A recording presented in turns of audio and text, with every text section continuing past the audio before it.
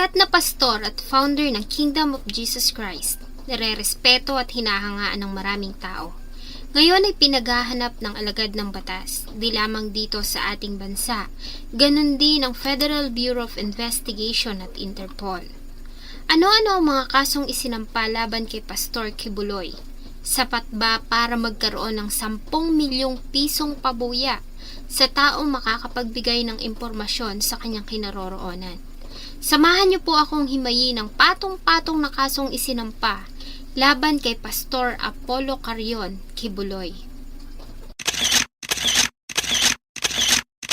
Bago ko po ipagpatuloy ang ating kwento, sa mga bago po sa channel ko at nais sa mga ganitong klase ng kwento ng krimen na nangyayari sa loob at labas ng ating bansa ay maaari pong pakipindot ang ating subscribe button at notification bell para ma-notify kayo pag may mga bago tayong upload na videos.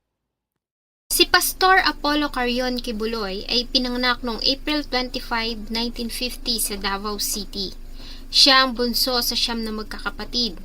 Ang kanyang mga magulang na sila Jose Kibuloy at Maria Carion Quinto ay mga native ng Lubao, Pampanga.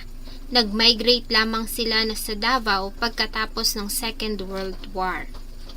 Ang ama ni Pastor Kibuloy na si Jose ay dating member ng Christian Missionary Alliance o Protestant, bago ito lumipat sa Pentecostal kasama ang 4 niyang mga kapatid.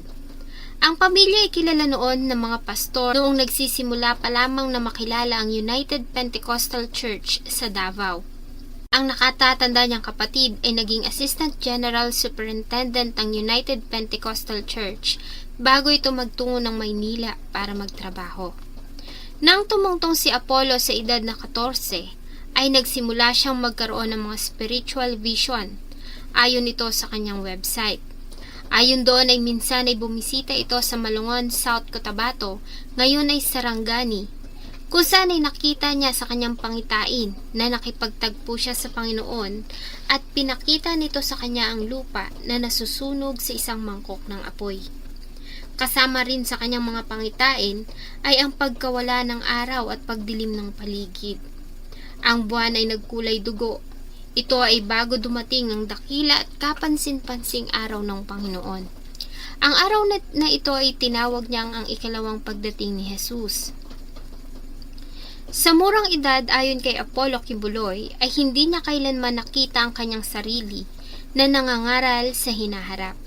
Dahil sa ang orihinal nitong pangarap ay ang maging isang nautical engineer at piloto. Gayunpaman, dahil sa mga benepisyong kasama sa pag-aaral ng Biblia, tulad ng libreng tirahan, pagkain at fully paid tuition fees, ganun din ang libreng pamasahe sa barko patungong Manila, ay ipinagpatuloy niya ang pag-aaral ng theology sa United Pentecostal Bible Institute o ngayon ay mas kilala na Apostolic Center for Theological Studies.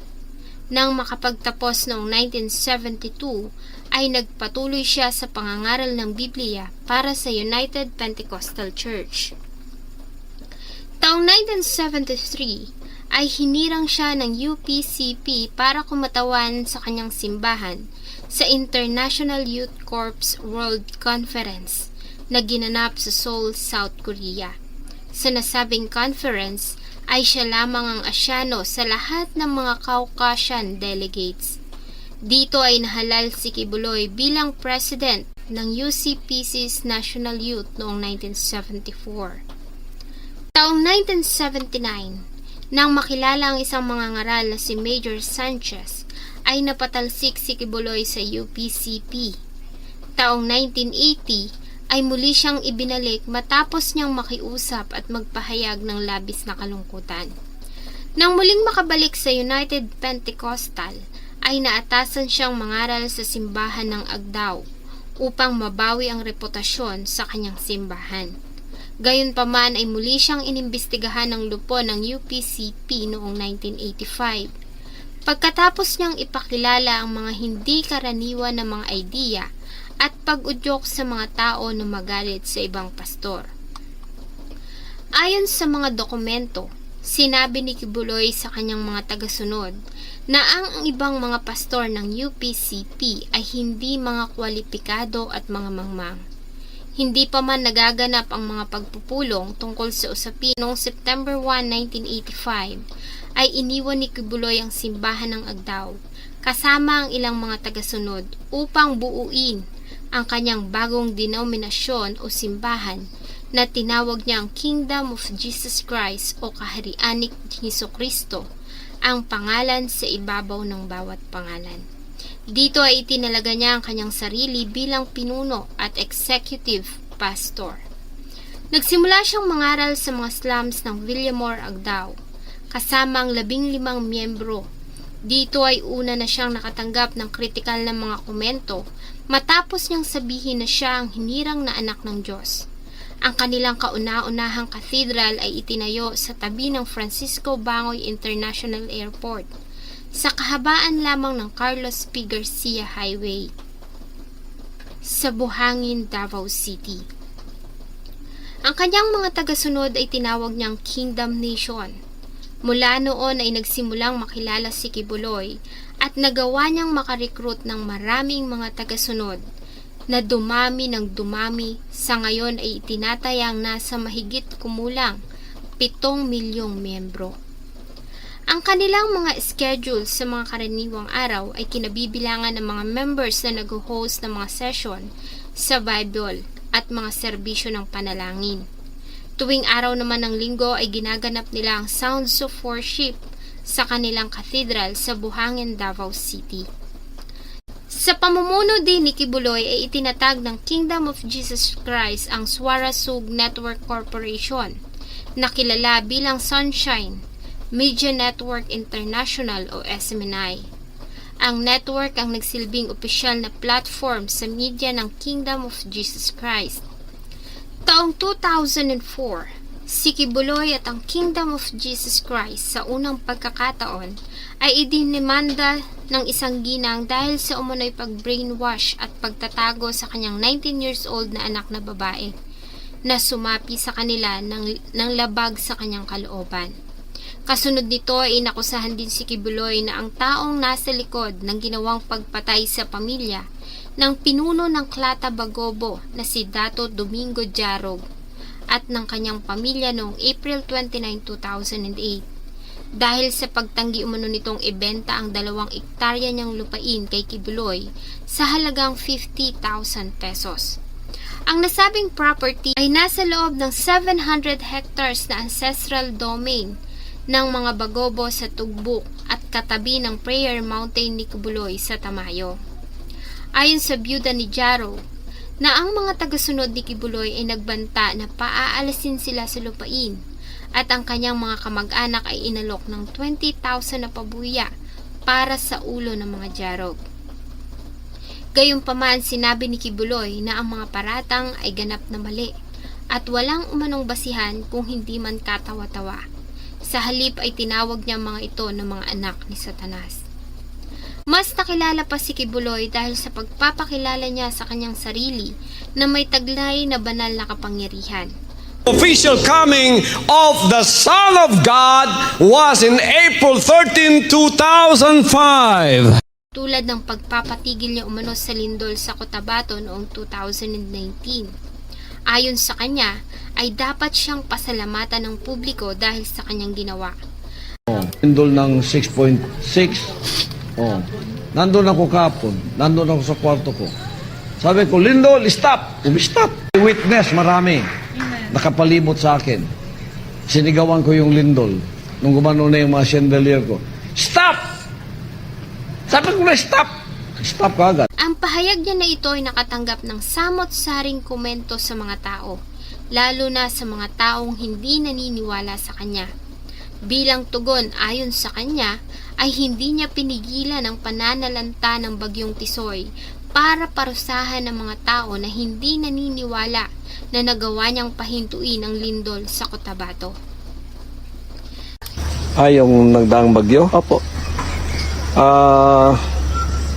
Kasi yung in-stop ko yung earthquake, nagalit man sila. Binasa ko ng napakarami. So, baka i-stop ko yung bagyo, baka magalit na naman. So, pinabayaan na lang natin. Sa panahon ng pandemya na COVID-19, ay sinabi ni Kibuloy sa kanyang YouTube channel na ang paglitaw ng Omicron variant ay sanhi ng mga natatanggap niyang pag-uusig mula sa United States at ang mga negatibong kritisismo mula sa publiko. Ayon din sa kanya, ay mawawala o titigil lamang ang pagkalat ng virus kung mawawala ang noon ay patong-patong ng kaso na isinampa laban sa kanya ng United States. February ng taong 2018 ay ibinalita ng isang news agency na nakabase sa Hawaii na si Kibuloy at ang 6 pang kasamahan ay nakakulong sa Honolulu matapos na matagpuan ng mga customs agent doon na may dala itong $350,000 at mga parte ng baril sa loob ng pribado nitong eroplano. Detained sa Hawaii ang founder ng Kingdom of Jesus Christ na Ang nasabing balita itinanggi ng kampo ni Kibuloy at pinabulaanan nila na ang mga mangangaral ay inaresto at tinakip. Sa halip ang isang US citizen na si Feline Salenas ay inaresto matapos nitong sabihin na kanya ang pera at siya ay kinasuhan ng cash smuggling. April 2018, ang United States Federal Bureau of Investigation ay nagulat na sila ay nag-iimbestiga tungkol sa reklamong natanggap na ilan sa mga members ng Kingdom of Jesus Christ Church ay dinadala sa Hawaii para magbenta ng mga pagkain. Subalit pagdating doon ay sapilitan silang pinaglilimos bilang bahagi ng pangangalap ng donasyon para sa simbahan. Muli ay tinanggi ito ng samahan sa pahayag na inilabas ng abogado ni Kibuloy na si Attorney Israelito Torion na hindi totoong iniimbestigahan ng FBI ang Kingdom of Jesus Christ at dinagdag niya na ang lahat ng serbisyo ng tao para sa simbahan ay voluntary. October 2018, isang dating members ng KOJC ang napaulat na nagsampa ng kaso sa korte sa Hawaii at inakusahan si Kibuloy ng panggagahasa at pang-aabuso sa kanya nung siya ay minor de edad pa lamang. Muli ang nasabing aligasyon ay itinanggi ng kampo ni Kibuloy. November 2019, sa segment ng Showtime na Tawag ng Tanghalan, ay nagbiro ang sikat na komedyante na si Vice Ganda na kung totoong napapahinto ni Kibuloy ang lindol ay hinamon niya ito na pahintuin ang noon ay sikat at pinakamahabang primetime series na Ang Probinsyano. Si Kiboloy yung nagpahinto ng lindol. Si Kiboloy lang ang magpapahinto ng probinsyano. Abangan nyo yan. Inahamon kita, Kiboloy, pahinto mo nga ang probinsyano. Ang nasabing hamon ay tinanggap ni Kibuloy at sinabing, Kailan mo ba gustong mapa-stop ang probinsyano? Baka sa 4 na buwan, hindi lang yung probinsyano may stop. Baka pati yung network mo, stop na yan. tila nagkatotoo naman ito dahil noong May 5, 2020 ay ipinag-utos ng National Telecommunications Commission ang pagpapatigil sa operasyon ng ABS-CBN sa TV at radio broadcasting matapos na mag-expire ang kanilang prangkisa. August 12, 2022 ay inilabas ang finale ng Ang Probinsyano. December 2019 ay isa pang dating member ng KOJC ang nagsampa ng kasong panggagahasa, Qualified Trafficking in Persons Act at Child Abuse laban kay Kibuloy at iba pang associates nito sa Davao. Katulad ng iba pang naunang aligasyon, ay tinanggi itong muli ng kampo ni Kibuloy at sinabi, bahagi lamang ito ng isang malaking pagsasabuatan para siya ay pabagsakin. January 2020 ay inaresto ng Federal Bureau of Investigation ang mga administrator ng KOJC na sina Kabaktulan, Dueñas at Estopar dahil sa aligasyong may kinalaman sa human trafficking. Inakusahan sila ng pagpipilit sa mga members ng simbahan na manghingi ng pera na gagamitin para sa pagtulong sa mga batang nangangailangan sa Pilipinas.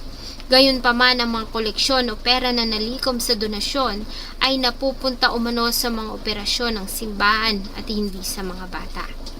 February 2020, kinasuhan ng California Federal Grand Jury ang mga administrator ng KOJC na sina Kabaktulan, Dueñas at Estopar ng labor trafficking. Napag-alaman na sila ay nagsabwatan upang gumawa ng isang serye ng mga pagkakasala. Kabilang na dito ang trafficking para sa sapilitang pagtatrabaho, document servitude, pandaraya sa immigration at pandaraya sa kasal. Ayon sa report, ay dinadala nila ang ilang members ng KOJC sa ibang bansa para sa gagawing pangangaral.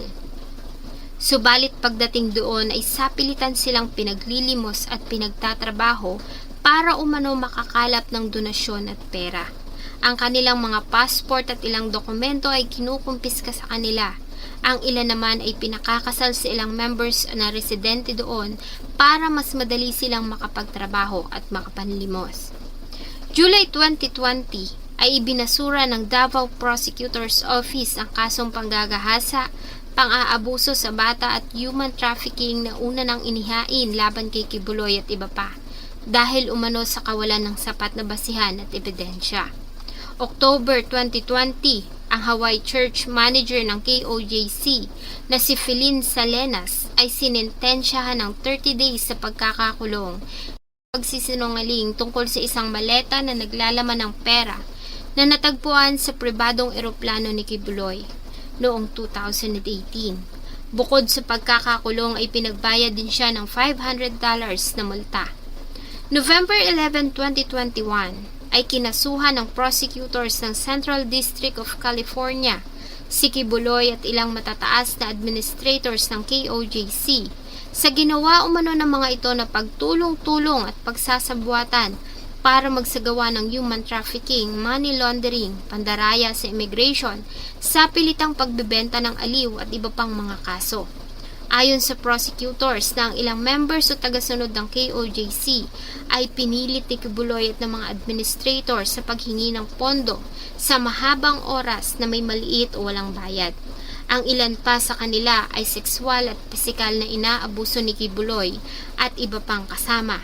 Sa ilalim ng pagkukunwari at pangakong, ililigtas sila ng mga ito sa walang hanggang kapahamakan. Ang ilan sa mga tagasunod ng KOJC ay tinalaga bilang mga full-time na manggagawa upang tumulong sa mga aktibidad sa pangangalap ng pondo sa buong bansa at internasyonal. Ayon sa report, ay pinapalsipika ng mga administrator ng KOJC ang mga aplikasyon ng visa ng mga members na dinadala nila sa Amerika. Ayon sa visa ng mga ito ay naglalakbay lamang sila para sa mga pagtatanghal na nauugnay sa simbahan. Pagdating doon tulad ng ginagawa nila ay sapilitan na silang pinagtatrabaho at pinaglilimos para makalikom ng pondo o donasyon para sa simbahan. Ang iba sa kanila ay peking ikinakasal sa mga member na residente para mas lalo pang mapadali ang kanilang ginagawang panlilimos at pagtatrabaho. Ang mga ito umano ay binibigyan ng kota ng dapat nilang makolekta. Ang kanilang mga papeles at passport ay sapilitan ding kinokolekta ng mga administrators. Ang pera na makokolekta ay sinasabi nilang mapupunta sa Children's Joy Foundation. Subalit ang lahat ng iyon ay ginagamit para pondohan ang magarbo at marangyang lifestyle ni Kibuloy at ng mga administrators. Base din sa nasabing akusasyon, ilan sa mga kababaihan ay sapilitang pinagtatrabaho sa gabi kung saan sila ay sexual na inaabuso ni Kibuloy at mga tao nito. Naglabas din ng pahayag ang prosecutors na babawiin nila o kukumpiskahin nila ang lahat ng ari-arian ni Kibuloy sa United States na nagmula umano sa ginawa nitong panloloko. December 2021 ay pinablish ng Rappler ang ilang series ng articles kung saan ay dinetalye nila ang mga nasabing akusasyon laban kay Kibuloy. Kabilang dito ang mga ginawa nitong pang-aabuso. Kasunod nito mula January 2022 ay nagsampa ng patong-patong na kaso ang samahan ng KOJC na umabot ng 53 reklamo na cyber libel laban sa Rappler at ilang mga mamahayag. Kabilang sa sinampahan ng kaso ay ang resources persons ng mga ito, kabilang na ang isang professor sa Ateneo de Manila University at 3 dating member ng KOJC. Ang nasabing mga reklamo ay isinampa sa iba't ibang prosecutor's office sa Mindanao, particularly Cagayan de Oro, Davao City, General Santos, Osamis at Panabo. Subalit ang nasabing mga reklamo ay na-dismiss lahat dahil sa kawalan ng sapat na basihan. February 5, 2022 ay naglabas ang Federal Bureau of Investigation ng wanted poster ni Kibuloy at 2 pang member ng KOJC.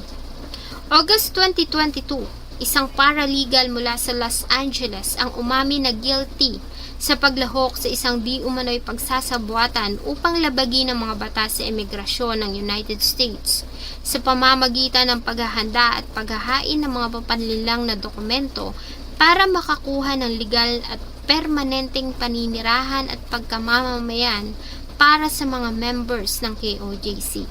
Gayunpaman, itinanggi ng kampo ni Kibuloy ang anumang koneksyon sa paralegal. Sinabing hindi ito member ng KOJC at hindi rin umano ito konektado o kaanib sa simbahan at sa kahit na sinong mga ngaral. December 10, 2022, United States Department of the Treasury Office of Foreign Assets Control sanctioned Kibuloy dahil sa aligasyong seryosong pang-aabuso sa karapatang pantao. Kabilang na dito ang aligasyong panggagahasa nito sa mga batang babae sa loob ng mahigit 1 dekada. Alinsunod dito ang lahat ng kanyang mga ari-arian sa United States ay kukumpiskahin ng US Treasury Department. Ang alinmang mga ari-arian na nauugnay kay Kibuloy ay kokolektahin din. Ang anumang mga transaksyon at paghihingi ng donasyon na may kinalaman sa simbahan at kay Kibuloy ay pinagbabawal. June 21, 2023 ay tinerminate ng YouTube ang channel ni Kibuloy sa aligasyong paglabag nito sa community guidelines. Kasunod nito ay na-terminate din ng ilan pang mga accounts na may kaugnayan kay Kibuloy gaya ng SMNI News at Kingdom of Jesus Christ channels. Sa statement na inilabas ng Google, sinabi nila na ang nasabing aksyon ay bilang pagtugon sa sanctions na inilabas ng United States laban kay Kibuloy. Sa kabila nito, sa isang pahayag sa sarili niyang media network, ay sinabi ni Kibuloy na siya ay bulletproof mula sa mga naninira sa kanya, kabilang narito ang mga authorities ng United States. Inakusahan niya ang mga ito ng political at religious persecution.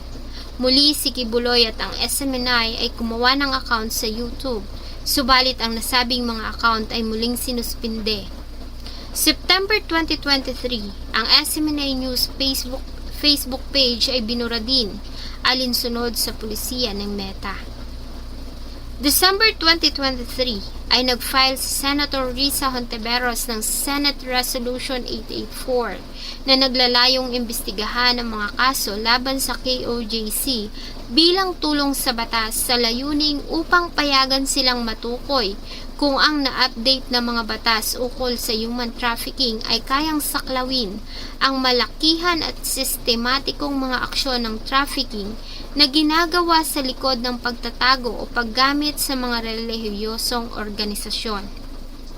Sa parehong araw ay siniwalat din ni Senator Risa Hontiveros ang mga ulat ng mga biktima na umano'y pinagsamantalahan o sexual na inabuso ni Kibuloy. Ang mga pagdinig sa Senado ay hindi dinaluhan ni Kibuloy kahit pa nga padalhan siya ng mga ito ng subpoena. Ayon kay Kibuloy, hindi niya isusumite ang sarili sa Senate inquiry at sinabing haharapin lamang niya ang mga aligasyon laban sa kanya sa hukuman. February 2024, opisyal na naglabas ng subpoena ang Senado laban kay Kibuloy. Gayunpaman, sinabi ni Kibuloy na nagtatago siya dahil sa umunoy banta sa kanyang buhay. Sinabi din niya na mayroong $2 million na bounty para sa kanya, isang claim na tinanggihan ng FBI.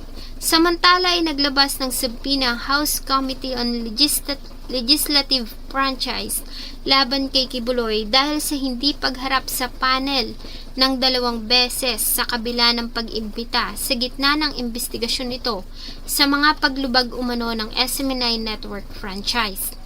Bilang tugon ay sinabi ni Kibuloy na wala na siyang ugnay sa SMNI, sa halip ay hiniling ng kanyang kampo sa House of Committee na isubpina ang kasalukuyang executive pastor ng KOJC. February 21, 2024, sinabi ni Kibuloy sa halos 40 minutes na audio recording na nagsabwata ng United States at si President Bongbong Marcos at First Lady Liza Araneta Marcos sa isang balak na patayin siya na nagtulak sa kanya na magtago para sa kanyang kaligtasan.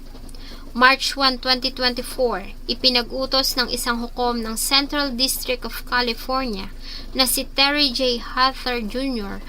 ang pagtanggal ng selula sa mga warrant of arrest na hiniling ng Department of Justice ng United States Criminal Division laban kay Kibuloy bilang unang hakbang sa pagsisimula ng proseso ng extradition process. March 19, 2024 ay inanunsyo ng Department of Justice na nagsampa ito ng kasong Qualified Human Trafficking Charges under Section 4 ng Republic Act 9208 sa Pasig Regional Trial Court.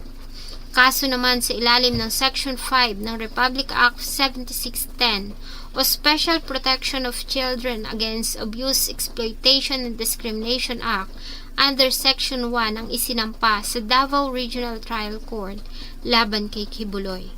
April 1, 2024, sa utos ni Judge Dante Baguio ng Davao Regional Trial Court, Branch 12, ay agad na inimplement ang warrant of arrest laban kay Kibuloy at 5 pa nitong mga tauhan. Ang nasabing mga warrant ay isinerve ng authorities, subalit bigo sila na matagpuan ang mga akusado. Wala ang mga ito sa compound ng KOJC sa Davao. Wala din ito sa Prayer Mountain ng grupo sa Barangay Tamayong at resort nito sa Samal Island. Naglabas naman ng pahayag si Kibuloy na handa siyang harapin ang mga kaso kung mangangako ang administrasyon ni Pangulong Marcos at magbibigay ito ng written assurance na hindi makikialam ang United States sa kanyang legal battle sa Pilipinas. April 2024 ay naglabas na din ng warrant of arrest ang Pasig Regional Trial Court laban sa mga akusado. Ang 3 administrator ng KOJC na naaresto sa Barangay Tamayong ay pinakawalan din ng NBI matapos na makapagpiyansa ng 80,000 bawat isa. Kasunod nito ay pinayagan ng Supreme Court of the Philippines 2nd Division ang kahilingan ng Department of Justice na ilipat ang venue ng paglilitis para maiwasan ang bias ng mga pagdinig.